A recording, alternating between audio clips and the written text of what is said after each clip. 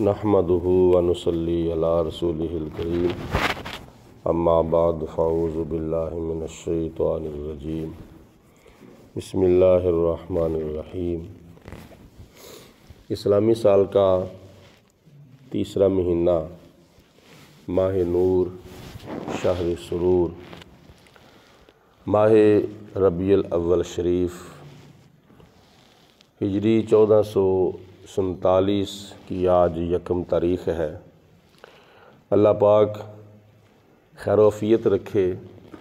یہ نبی کریم علیہ السلام کی تشریف آوری کا ماہ مبارک ہے، جس کی 12 تاریخ کو ہمارے پیارے آقا، ہمارے پیارے مولا حضرت محمد مصطفیٰ صلی اللہ علیہ وسلم کی دنیا کے اندر تشریف آوری ہوئی۔ قرآن پاک کے اندر اللہ پاک نے پہلے نبیوں کی آمد کا بھی بیان فرمایا ہے، لیکن جس انداز میں اللہ پاک کی ذات نے نبی پاک علیہ السلام کی تشریف آوری کا بیان فرمایا ہے، وہ بہت ہی خوبصورت ہے۔ ان میں سے پہلا سپارہ جس کے اندر اللہ پاک نے حضرت سیدنا ابراہیم علیہ السلام کی ایک دعا کا ذکر کیا ہے۔ ویسے تو ابراہیم علیہ السلام کی مانگی ہوئی کافی دعائیں قرآن پاک میں موجود ہیں، لیکن ابراہیم علیہ السلام کی مانگی ہوئی دعاؤں میں سے ایک دعا کا ذکر اللہ پاک نے قرآن پاک کے پہلے سپارے میں فرمایا ہے۔ وہ آپ نے کب مانگی تھی؟ جب آپ نے خانہ کعبہ تعمیر کر لیا تھا۔ جب خانہ کعبے کی تعمیر کمپلیٹ ہوئی تو جناب ابراہیم علیہ السلام نے اللہ پاک کی بارگاہ میں خانہ کعبہ تعمیر کرنے کی مزدوری مانگی تھی، اور وہ مزدوری مانگنے کے جو الفاظ ہیں قرآن پاک میں، وہ ایسے ہیں کہ جناب ابراہیم علیہ السلام کے قدم مبارک تو بے شمار پتھروں پر لگے تھے، لیکن جو مقام اللہ پاک نے مقام ابراہیم پتھر کو عطا فرمایا ہے، وہ کسی پتھر کو نہیں عطا فرمایا۔ ابراہیم علیہ السلام شام فلسطین سے چلے، راستے کے اندر آپ نے کئی ملکوں کا سفر طے کیا، اور بے شمار اور بے حساب پتھر آپ کے قدموں کے نیچے آئے، لیکن وہ پتھر ایک نمبر پر تو وہ پتھر جنت سے آیا ہے، اور دوسرے نمبر پر وہ پتھر جس کے اوپر جناب ابراہیم علیہ السلام نے کھڑے ہو کر اللہ پاک کی بارگاہ سے ہمارے پیارے آقا مولا حضرت محمد مصطفیٰ صلی اللہ علیہ وسلم کو مانگا تھا، یہ ابراہیم علیہ السلام کی دعا ہے۔ اور اس دعا کے اندر جناب ابراہیم علیہ السلام نے اللہ تعالیٰ سے نبی پاک علیہ السلام کو طلب کیا تھا۔ الفاظ یہ ہیں آپ کی دعا کے، ربنا،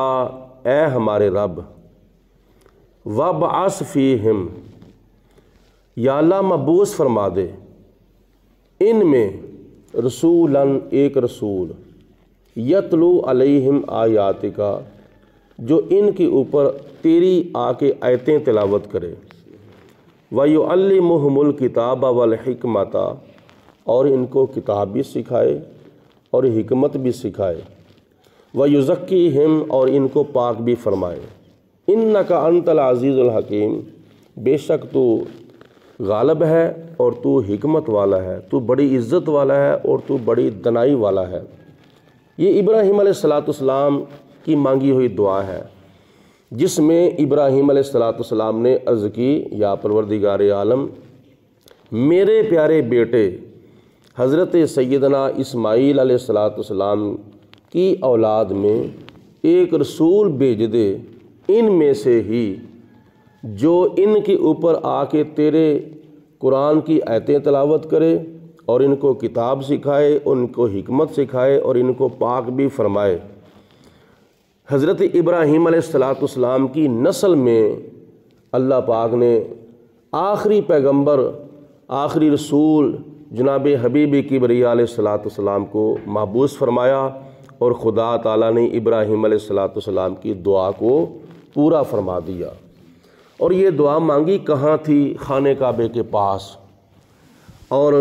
جس پتھر کے اوپر کھڑے ہو کر ابراہیم علیہ السلام نے دعا مانگی تھی، آج بھی وہ پتھر خانہ کعبہ کے صحن کے اندر موجود ہے، ایک شیشے کے خول کے اندر نصب کیا گیا ہے، اور اس پتھر کو مقام ابراہیم کہا جاتا ہے،